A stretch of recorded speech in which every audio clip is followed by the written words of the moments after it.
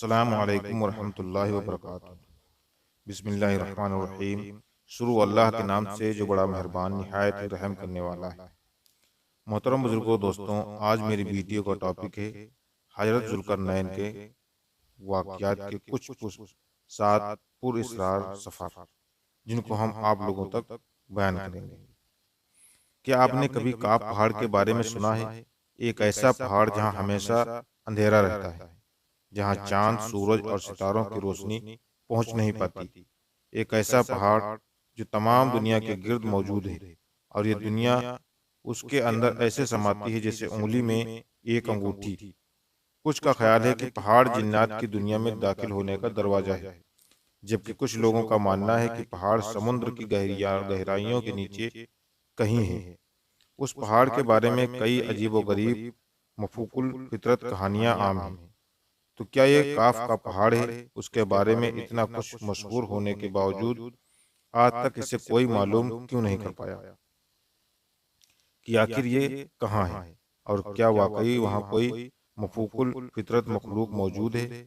13ویں صدی کے عظیم صوفی شاعر جلال الدین محمد رومی ایک جگہ لکھتے ہیں کہ حضرت ذوالقرنین آب حیات کی تلاش میں کاف پہاڑ کی طرف چلے گئے، اس امید سے کہ آب حیات کاف پہاڑ کی چوٹی پر کہیں موجود ہے۔ اور جب حضرت ذوالقرنین وہاں پہنچے تو وہاں انہوں نے اسرافیل علیہ السلام کو دیکھا، جو قیامت کا سور پھونکنے کو بالکل تیار کھڑے تھے۔ اب اس بات کی حقیقت کیا ہے یہ تو ہم نہیں جانتے، لیکن مولانا جلال الدین رومی کے ان الفاظ کے پیچھے کوئی مقصد ضرور چھپا ہوگا۔ شاید اس بات کا تعلق کسی خاص چیز یا کسی خاص واقعے کی طرف ہمیں اشارہ کر رہا ہو۔ اس بات کو مزید سمجھنے کے لیے ہمیں کاف پہاڑ کے بارے میں سمجھنا ہوگا۔ کوہ کاف یا جبل کاف کے نام سے مشہور یہ پہاڑ عربی اور ایرانی ثقافت کے ایک پر اسرار پہاڑی ہے، اور اس پہاڑ کو زمین کا بالکل آخری سرا سمجھا جاتا ہے، جہاں پر کوئی پہنچ نہیں سکتا۔ اور مشرق واسطہ کے افسان داستان کے مطابق اس جگہ ایک عجیب الخلقت پرندہ روک موجود ہیں، جو سامت اتنا بڑا ہوتا ہے کہ ایک پورے ہاتھی کو اپنے پنجوں میں اٹھا سکتا ہے۔ کاف کا یہ لفظ عربی حروف میں 21 نمبر پر آتا ہے، جو ایک قدیم یونانی فونیشن حرف سے نکلتا ہے، جس کا ڈکشنری سے مطلب گردن کے پچھلے حصے کا ہے، جسے انگریزی میں نیپ بھی کہا جاتا ہے۔ اب مختلف تہذیب کے لوگ اس کے الگ الگ معنی لیتے ہیں۔ مثال کے طور پر جاپان میں جس کی گردن واز نظر آئے تو اسے ایک قابل انسان کی نظر سے دیکھتے ہیں۔ افریقی لوگ نب کو نوکروں کے لیے استعمال کرتے ہیں، جبکہ مصری لوگ کسی کو شرمندہ کرنے کے لیے اس کی گردن یعنی نیب پر تھپڑ مارتے ہیں۔ اب مختلف ثقافت اور مختلف مطلب، لیکن کوئی بھی آج تک یہ معلوم نہیں کر سکا کہ آخر اس پہاڑ کو کاف پہاڑ کیوں کہتے ہیں۔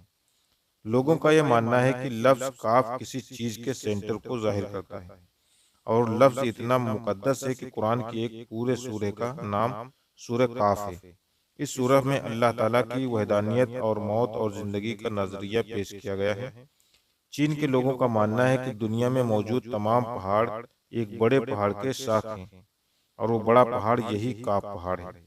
مولانا جلال الدین رومی کی وہ تحریر جس میں انہوں نے حضرت ذوالقرنین کا کاف پہاڑی پر جانے کا ذکر کیا تھا، اس کے بارے میں پاکستان کے شہر بہاولپور کے ایک علاقے میں تعلق رکھنے والے ایک اور صوفی مخدوم جہان گست نے اپنے ایک سفر نامے میں لکھا ہے کہ حضرت ذوالقرنین نے نہ صرف حضرت جبرائیل علیہ السلام کو کاف کی پہاڑی پر دیکھا، بلکہ انہوں نے یاجوج ماجوج کو بھی اسی پہاڑی پر قید کیا۔ مشہور تاریخ دن الطب کے مطابق حضرت محمد مصطفیٰ صلی اللہ تعالی علیہ وسلم کے ارشاد فرما اللہ تعالیٰ نے کاف پہاڑ کو دنیا کے گرد تخلیق کیا گیا ہے۔ یہ تمام دنیا اس پہاڑ کے درمیان میں ایسے موجود ہے جیسے ایک انگلی میں انگوٹھی۔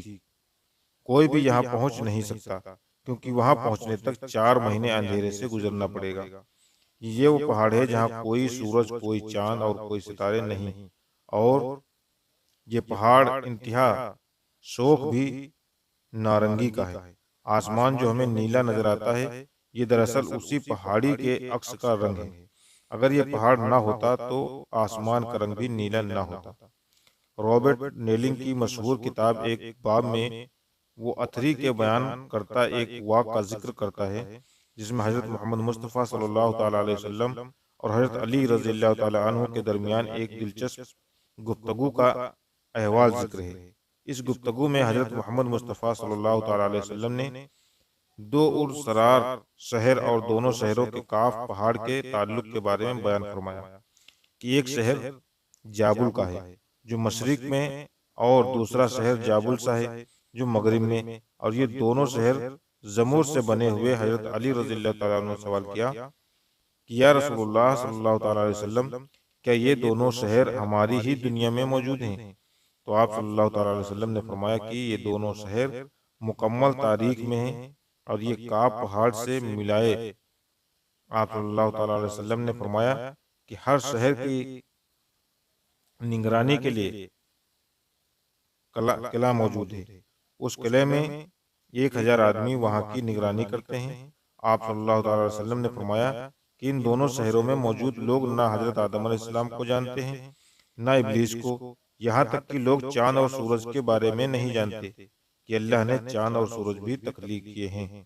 جو روشنی ان تک پہنچتی ہے وہ کاف پہاڑ کی روشنی ہے، اور وہیں موجود لوگ اس جڑی بوٹیاں کھاتے ہیں اور ان کے بدن پر کوئی کپڑا نہیں ہوتا۔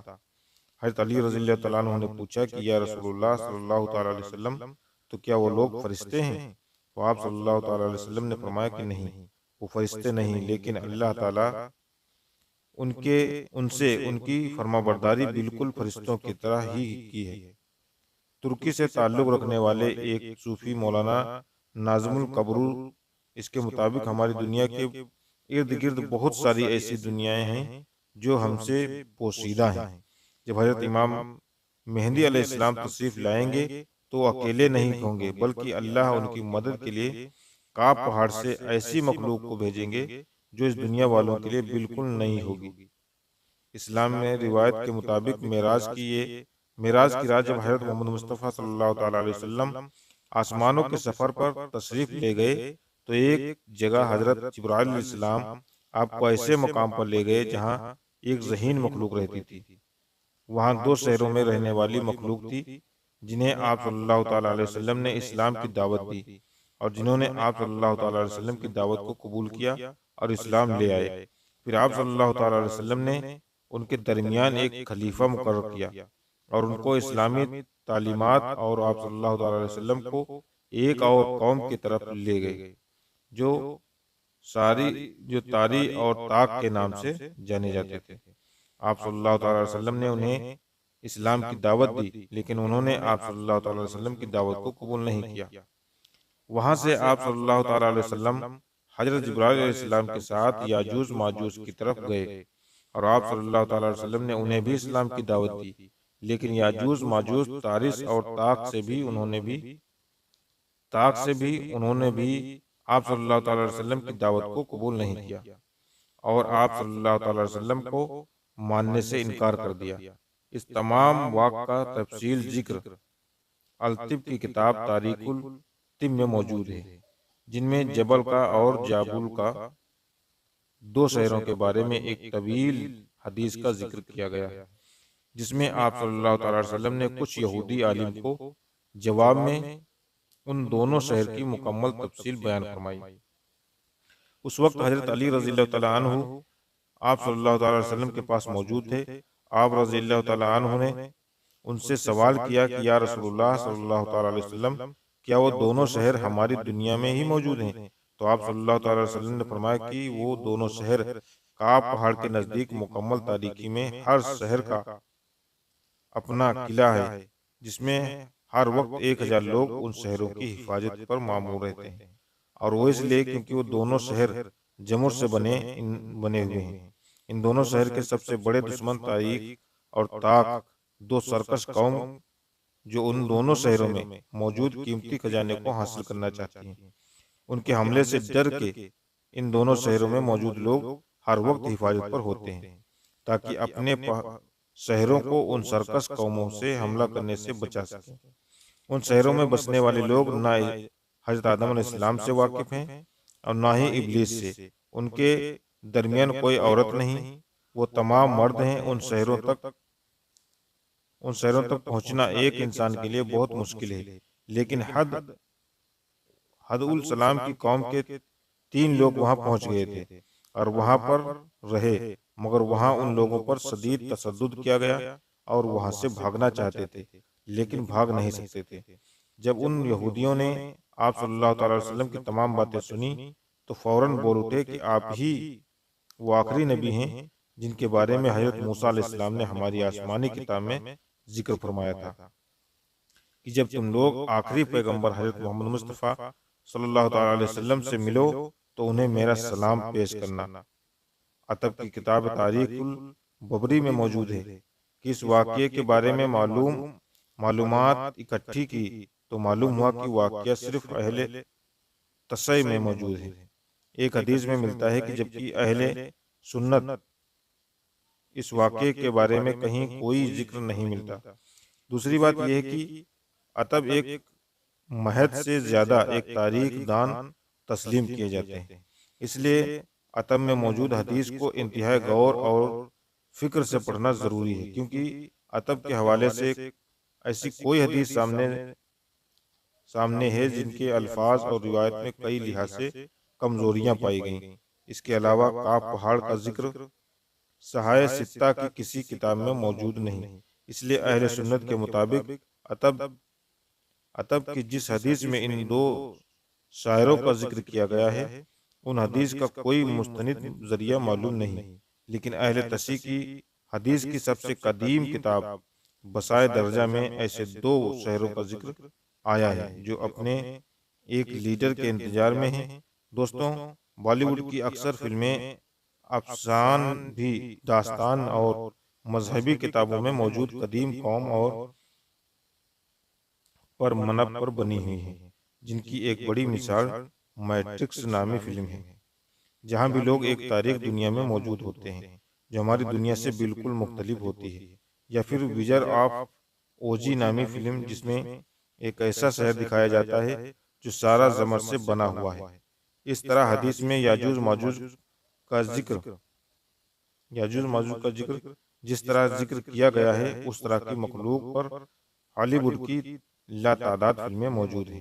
محترم بزرگوں، دوستوں، ہم فلموں کا نام تو نہیں بتانا چاہتے تھے، لیکن ان فلموں میں ایسی ایسی جگہوں اور نام دیے گئے ہیں جو ان کتابوں میں بتائے گئے ہیں، اس لیے کچھ بتانے کے لیے فلموں کا نام لیا گیا ہے۔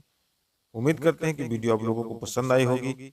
آپ لوگ ویڈیو کو لائک کر دیں، اور اگر ابھی تک ہمارے چینل پر نئے تو چینل کو سبسکرائب کر دیں اور کمنٹ میں اللہ کو ضرور لکھیں۔ اب ملتے ہیں اگلی ویڈیو میں، تب تک کے لیے اللہ حافظ۔